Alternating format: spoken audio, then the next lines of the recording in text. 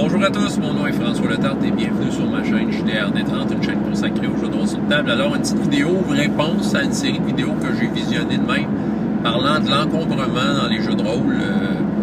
C'est un peu mon approche, puis ma perception de certaines règles d'encombrement.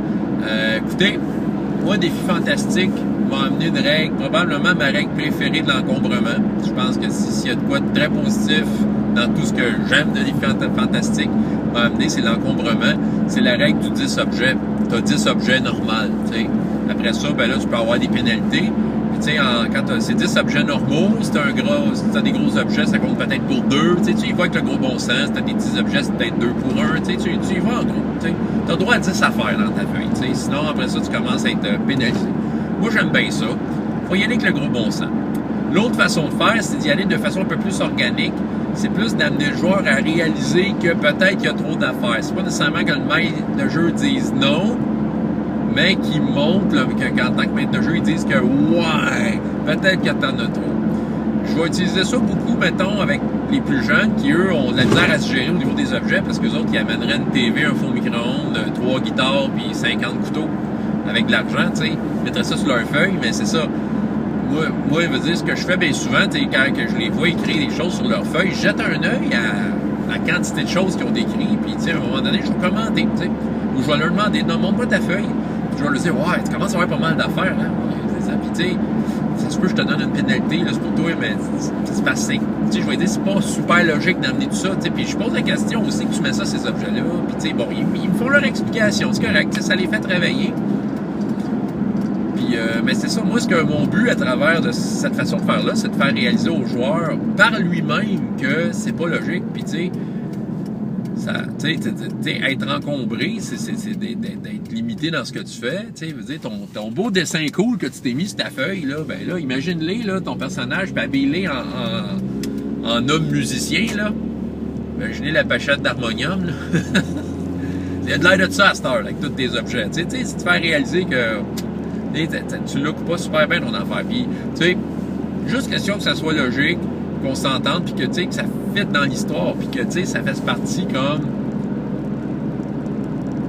dans la vraie vie, puis comme les vrais héros dans les romans, ben, écoute, tu peux pas tout amener les objets que tu trouves, puis, tu sais, t'es limité, il y a des limites, puis, les réaliser soi-même.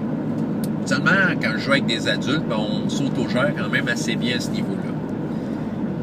Pour ce qui est de les règles comme Pathfinder puis Donjon qui sont plus calculées, j'avoue que j'ai rien contre les calculer l'encombrement. Mais je le fais pas nécessairement systématiquement à chaque objet qui est rendu. OK, si j'y pense, je le fais, là, mais d'habitude, je ferais pas ça. Je vais plus le faire une fois de temps en temps. Je vais juste refaire l'inventaire, puis OK, juste me mettre à jour sur combien je transporte. Puis c'est là que je réalise, oups, je suis un peu trop pesant. Puis moi, mon but, ben, c'est de faire en sorte que mon personnage soit le plus fluide dans ses mouvements. Fait que, tu sais, c'est là que je vais comme gérer qu'est-ce que je laisse, qu'est-ce que je cache, puis où est-ce que je le cache, tu sais. Puis c'est le fun. Ça raconte une histoire pour chaque affaire que tu veux cacher. Si c'est précieux, là, c'est là que, tu sais, tu vas faire comme les pirates, tu vas faire un coffre, tu vas l'enterrer quelque part, tu sais. C'est pour ça qu'ils faisaient ça, les pirates. Hey, les pirates, là, ils s'embourbaient pas tous leurs trésors tout le temps. Ils les cachaient, ils les enterraient, puis ils faisaient une carte au trésor, tu sais. Vous comprenez? Tu sais, ça fait des histoires. Pour ce qui est de l'argent, c'est un peu la même chose. Moi, je reste logique. Tu sais, je me mène 10, 20 pièces d'or, tu sais. Puis si au total, j'ai réussi à accumuler 3500 pièces d'or, ben voilà, je vais dire où est-ce qu'ils sont mes pièces d'or.